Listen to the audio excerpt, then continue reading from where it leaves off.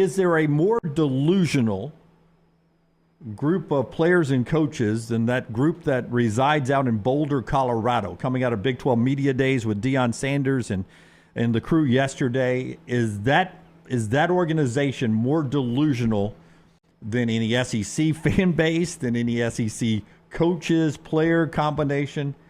I'll bring it up because Shedeur Sanders and Deion were there yesterday talking. Rockstar, can you give me cut number one here? Shedeur Sanders, quarterback, really good guy, going to be a first-round draft pick. But he has this to say at Big 12 Media Days yesterday where he says Colorado is what? Listen in. In terms of him operating with a certain obligation, does that sort of flow over to you as his son and being in the spotlight, as you just answered, that it's a different level in how you feel you have to perform? Do you have an obligation to perform at a different level? It's been that since day one. I remember first media day when I was in HBCU, I said, well, we won't lose a game. I'm undefeated in the SWAC, so I already know what the expectation comes with.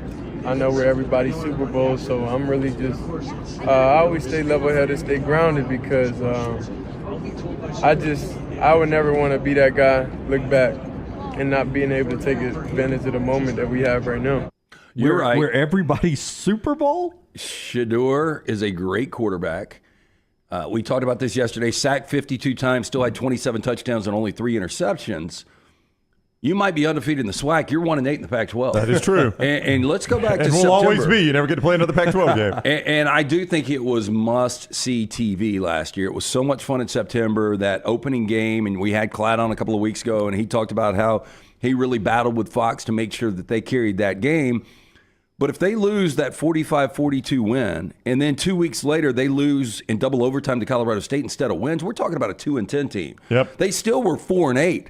They lost 7 of their final 8 games. You are not the Super Bowl. I think you might be the Super Bowl for the simple fact that teams hate you because of what you believe you are, and they want to beat you into oblivion like Oregon did last year. But I don't get the Colorado hype, and I don't have a big expectation for this team. The win total's 5.5 in Vegas. I think it goes under, and I don't know. I think they're going to be okay. Let me take the opposite side, the other side of this, though. And I know I'm already reading the mybookie.ag chat room, so I'm seeing how this is going. As Charles says, a lot of people won their Super Bowl last year. Congratulations. A lot of confetti. Confetti. Good time to be in the confetti business. Kenny Dillingham won his Super Bowl. No, actually, they lost to Arizona. Arizona State lost to him. We pound on Quinn Ewers the other. I mean, he's saying we're going to the SEC. We're going to be everybody's biggest game. Basically, he was saying everybody's Super Bowl. Well, there's a lot of big games in the SEC. We pound the Texas folks for being delusional sometimes. Yeah, but let me ask you this. Be a Kansas State fan. Give me the game that excites you more than Colorado coming to town. Kansas this year. Okay, be an Oklahoma State fan. Give me the Big 12 game that gets you going more than Colorado as a fan. Yeah. I mean, you see what I'm saying? As a fan, I mean, as a fan, he's not entirely wrong about that. Like most of those Big 12 schools, their fan bases are going to get most excited about Deion and Colorado coming there and are going to want to beat them into oblivion. If I'm an Atlanta Hawks fan, I love it when the Lakers and LeBron come to town. Absolutely. It's not the NBA championship team right now, though. It's not. But I want to see LeBron James. I mean, Shedeur's going to be a first-round pick. I want to see Shedeur. But I would say this, and I don't remember this, and you guys help me out. But when Michael Jordan became a Washington Wizard, I bet it was almost impossible to get a ticket. And then once you started to see the old Michael Jordan that was a shell of himself, I bet it was pretty easy to get a ticket. So right now, it's still new and shiny, although they were 4-8. They have another 4-8 this year. I don't think they're going to be a draw come 2025. I think the allure completely goes away. Let me pull up their schedule. Let me see their road games. I've got it right here. Let me see the road game. I want the road games that they play. I've got it right here. To your point, though, you're losing 2 stars in Shedeur and the guy that plays both ways, Travis Hunter. Travis Hunter. I always want to call him Travis Scott. Yeah, okay, not Travis Scott. They open on the road, or so they've got North Dakota State, which I still think is going to be a tough game. And if they lose that one, there's watch no doubt. But then they go to Nebraska, and we remember for a half that was a good game last year. Biggest home game Nebraska will play all year. Yep. It will be because here's Nebraska's home schedule other than Colorado. UTEP, Northern Iowa, Illinois, Rutgers, UCLA, Wisconsin. Wisconsin's the only one that comes close to that. Yeah, well, I think it will be massive in a couple of regards. I think Nebraska's going to be much improved. I think Nebraska's going to win 7, 8, 9 games this year. I really do. And that's a game they've got to win if they want to have a semblance of a special season. That's the game that this Nebraska program has lost for the last 15 years. Sooner Rod in the mybookie.ag chat room, Brownie, says Colorado going to, quote, dick whip Nebraska in the words of LT there, end quote. At Colorado. I don't see that happening. It's going to go the other way. Yeah, I think so if too. Nebraska had a quarterback that could exchange oxygen for carbon dioxide, not monoxide, boy, it was going to be that was rough there. If they had a quarterback reset. If Nebraska had a quarterback that was upright, they win that game last year. Colorado State, easily